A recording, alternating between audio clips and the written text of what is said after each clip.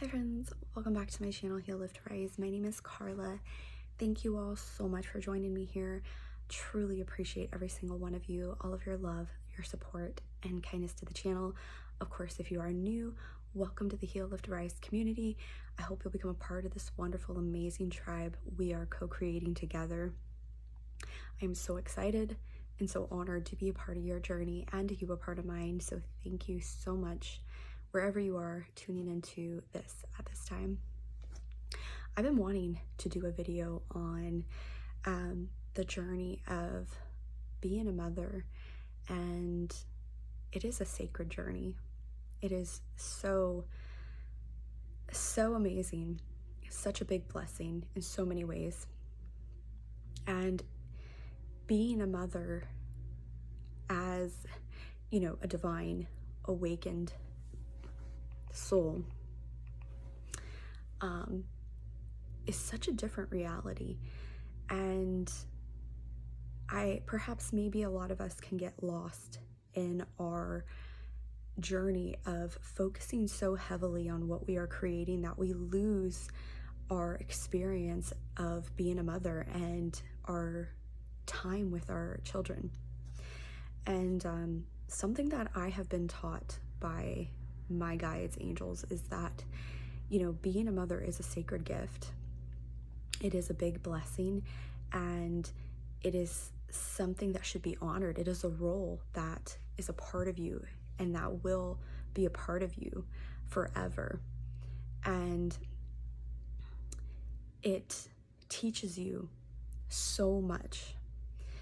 And it's funny because being a mother with that mother energy is all about integrating the divine feminine. And the divine feminine energy is about receiving, it's about nurturing, it's about balancing, and of course creating, right? So fertility in that sense, creating, birthing something. It's definitely in relation to the creativity energy. And something along the way of being a mother teaches you about nurturing and caring for your creation, what you've created. And you can even say co-created. Your children are that creation. And it also teaches you about returning to nurturing yourself, learning to nurture yourself too. And if it's been something that you've never been able to do, or something that you've lost touch with, to return to mothering yourself and nurturing yourself. And maybe growing up you didn't have a good relationship with your mother, or maybe you did not have a mother who was present. So it's about learning to get in touch with that mother energy and learning to mother yourself and nurture yourself. And Mother Gaia is a really good representation for the mother energy, for the divine feminine, and getting in touch with that energy can really help in so many ways to nurture you, to get you in balance with your divine feminine energy within. And so I've been wanting to do this video for a long time and talk about motherhood and my experience personally with motherhood. It's been an incredible journey, you know, thus far, and it's taught me so very much. And I'm still learning so much. And one of the things I have learned most recently, I would say within the last year, is that I've focused heavily in the past of almost bypassing this role as a mother, almost taking it for granted at one point on my journey several years ago. I would say this was back in 2017. This was pre-awakening. This was before I went through my awakening and all that stuff. But there was a point where it's almost as if I felt like being a mother wasn't enough for me. And I felt like I should be doing something else and putting my focus and energy on something else. And I always felt like I had to be so busy and preoccupied to the point where I didn't really focus or make time for my daughter. And of course, obviously, as I've grown, as I've gone through this spiritual awakening and coming out the other side of it and being on this journey and having another baby, it's all kind of come full circle where I'm realizing that, my children, my babies, need my time and attention and focus. And when you heal within yourself certain aspects that actually take your focus away from what is in front of you, when you actually heal anxiety and all those things, you actually become a different person, and you can be more present and be more focused and live a completely different life. Because when I had my daughter, that was also during a phase where I used to struggle with really crazy anxiety. And I felt like I couldn't be the mother I wanted to be. I remember praying about that because I wanted to be a more present mother, and I wanted to be able to do things with her and spend more time with her and feel like I could do it, like I could handle it. And I think I've shared with you guys before, there's such a difference in my parenting now with my youngest, my 13-month-old, than there was with my oldest daughter. Such a big difference. I'm completely 100% more present with my youngest, and it's because I'm also a completely different person. And like I said, that's why, it's important to do the inner work. It's important to recognize certain patterns and certain things that are coming up for us to really look at, be released, to face, and allow ourselves to let go of fear and to really truly face it and rise above it. So I did a little channeling that I wanted to share with you as far as in regards to the motherhood topic. So if you are a mother, if you are a father, this is a really good back information that you can get from this. What I received from this was really enjoy your time with your kids, with your babies. Your kids and babies you do not get this time back with them. Your babies will grow to be toddlers, and then young children, then teenagers, and then adults. They will go off into this world and not spend or seek to spend as much time with you, as they are getting to know themselves and discover themselves, and they're choosing different experiences. Your kids want your time now while they are young and they're still learning and growing. One of the most precious gifts that you can give your children is your attention and your time. Be with them in your present moment. Listen to what they express, how they express themselves, their feelings, their thoughts, their fears, their special moments, things that excite them. This makes a world of difference for them. They want to be heard, they want to be acknowledged, played with, and above all else, they want to be loved. So give them hugs, kisses, high fives, and much encouragement. Love is what helps them grow in more ways than you can even see.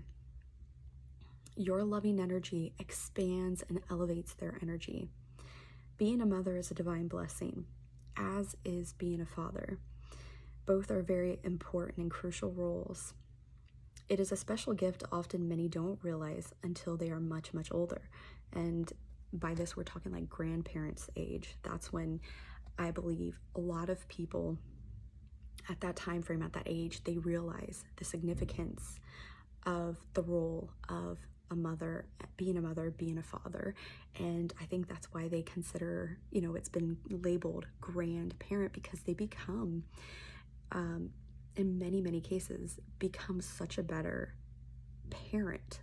And they want to mother and nurture and give time and attention to their grandkids way more than they ever did with their children.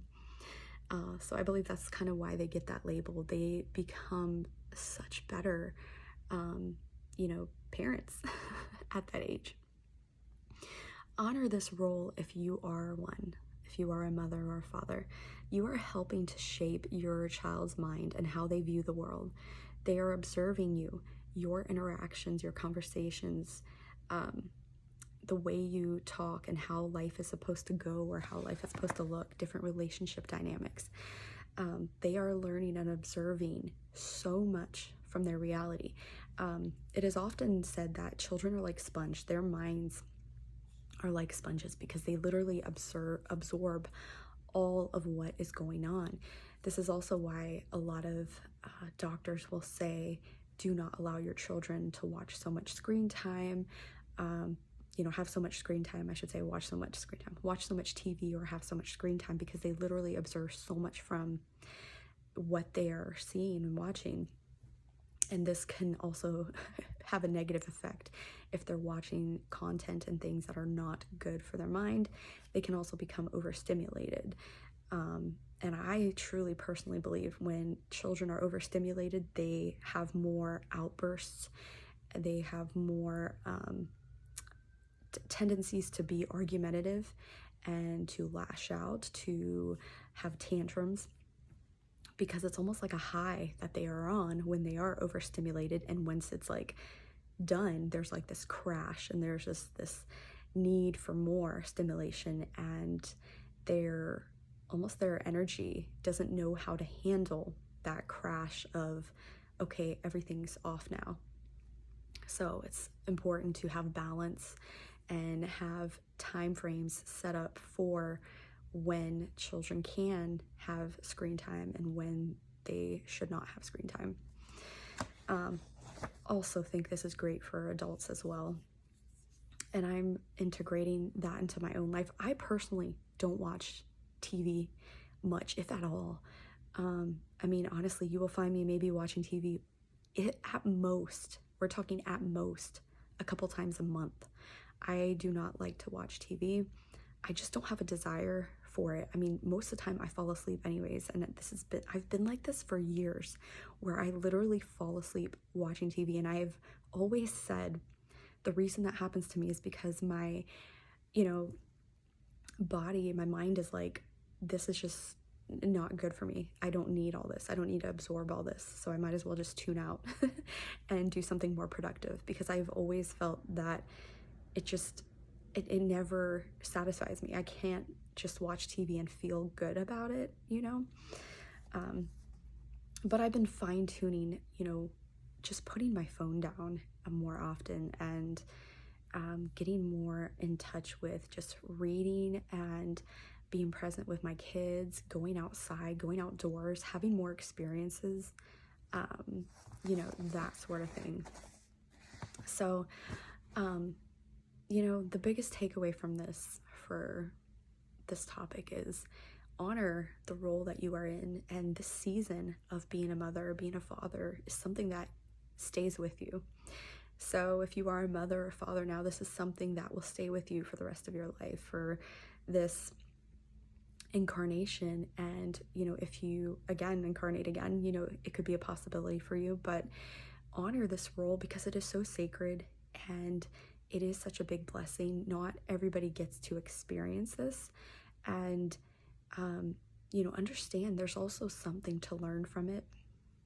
You're going to learn and grow from this experience, just as your kids are going to learn and grow from this experience. And you're helping to shape and, change your children's life. They're literally watching you show up in this world, and they are going to imitate that as well. And, that's why it's so important to, foster a really good relationship with your children, to, be there to teach them right from wrong and the way we carry ourselves in this world, how we treat others, keeping an open heart,